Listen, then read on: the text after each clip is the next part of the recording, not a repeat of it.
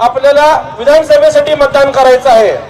आता काकांनी सांगितलं की देशाच्या स्वतंत्र काळानंतर सुद्धा 5 वर्ष आपल्या भटक्या विमुक्ती जमातीला अन्याय अत्याचार सहन करावा लागला आणि त्यावेळेस तुमच्या सगळ्यांचा संघर्ष, तुमच्या सगळ्यांची एकी पाहून त्यावेळीच्या तत्कालीन प्रधानमंत्री नेहरूजींना या ठिकाणी येऊन आपलं क्षेत्रबंद कुंपण, तारेची कुंपण काढावी लागली।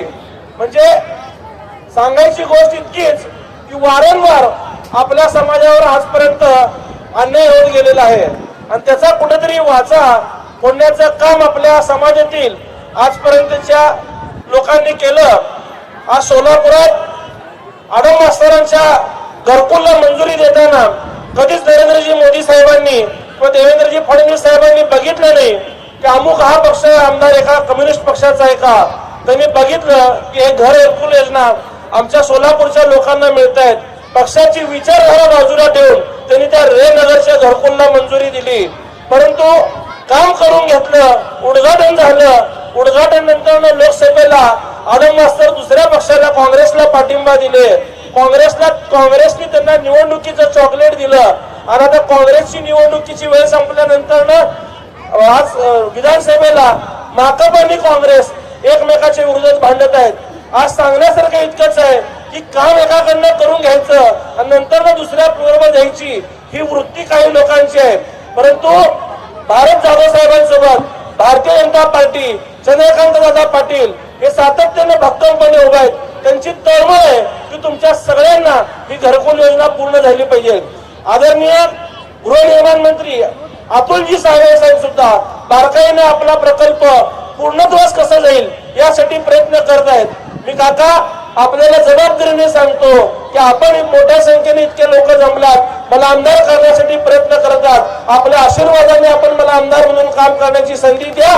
तुम्हाला सोबत घेऊन आपण निश्चितच हा घरकुल प्रकल्प मंजूर झाल्यानंतर त्याचा लवकरात लवकर भूमिपूजन कशा पद्धतीने आपण घ्यायचा यासाठी निश्चितच प्रयत्न करूयात। आपल्या भटक्या विमुक्त जमातीमध्ये कैकाडी समाज असेल, टाकारी समाज असेल, पारधी समाज असेल, तुम्ही सांगितलं आता मोची समाज असेल, अनेक 8 ते 9 जातींना सोबत घेऊन तुम्ही या ठिकाणी योजना राबवण्याचा प्रयत्न करताय।